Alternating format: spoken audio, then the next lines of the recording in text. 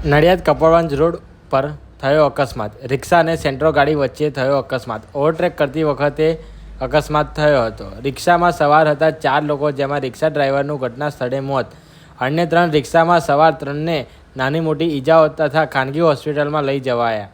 મૃતકને PM અર્થે સરકારી hospital ખસેડાયો. મૃતક અને ઈજાગ્રસ્તો મૌધા તાલુકાના રૂપપુરા ગામના હોવાની પ્રાથમિક માહિતી મળી રહી છે.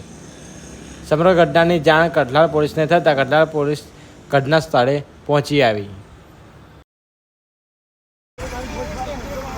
ખર્ચો માગેલો એને વાગેલું એમ શું જોવાનું.